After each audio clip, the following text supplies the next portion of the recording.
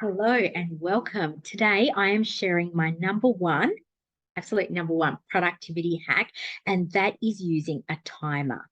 So you might say to me, but Ish, like, how is that a productivity hack? The reason why I find timers work really, really well is that we know that if we are given a set period of time, however long that length of time is, that is how long we will take to complete a task. If we're given 5 minutes, we will try and get it done in 5 minutes. If we're given 30 minutes, it will take us all of 30 minutes to get the task done. Whereas it could actually take us 15 minutes. So, what I want to do is I want to be able to work faster and I want to be more productive so that I can get my to do list done and I can go and enjoy the rest of my life that isn't about all the admin that's accumulating. So, that is why I use a timer.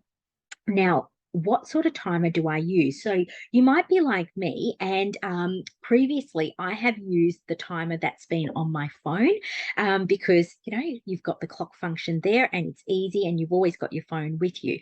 What I find though is that as soon as I start using my phone, I might have a notification that comes up. I might get distracted and want to have a look at social media. There's all sorts of things that are on my phone that is really, really distracting and is going to take away from the time that I have to do the jobs that I've set for myself to get done. So I have found that this type of cubed timer works much better for me.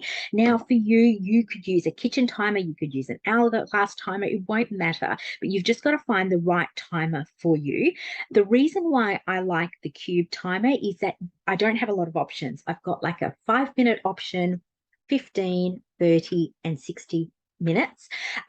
There is a little LED screen at the back that tells me the time that I've got left. To set the timer, I just basically face it up. To stop the timer when it beeps, I just turn it down. So it is a single device that has a single function. It is not going to be distracting. So that is why I've chosen that timer, but you choose a timer that works best for you. But I really highly recommend when you've got admin tasks to do, admin tasks that you find maybe tedious, that have multiple steps that are going to take you that little bit longer, or you've got lots of admin tasks to get done within a set period of time, using a timer is going to be the best way to make sure that you tick off all those things in your to-do list.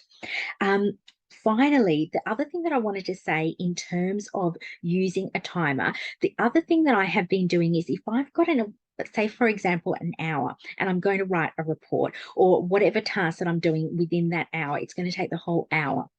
What I do is I don't set the timer for 60 minutes. I don't even set the timer for 30 minutes. These days, I set the timer for 15 minutes because every time this timer goes off, all I have to do is the 15 minutes, I just turn it back up and then turn it back onto the 15 minutes. It allows me to keep track of where I am in that hour, but it also lets me work in those 15-minute bursts.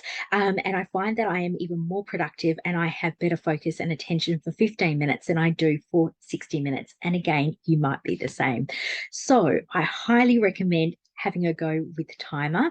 Now, if you are in the space of wanting to get more productive, I've also got the downloadable link for you for the Get Yourself Organized PDF that has the weekly planner and your overall master planner, and that will help you get all the tasks down on paper, and then you can use a timer to get through the tasks. As always, please let me know if you have found this useful.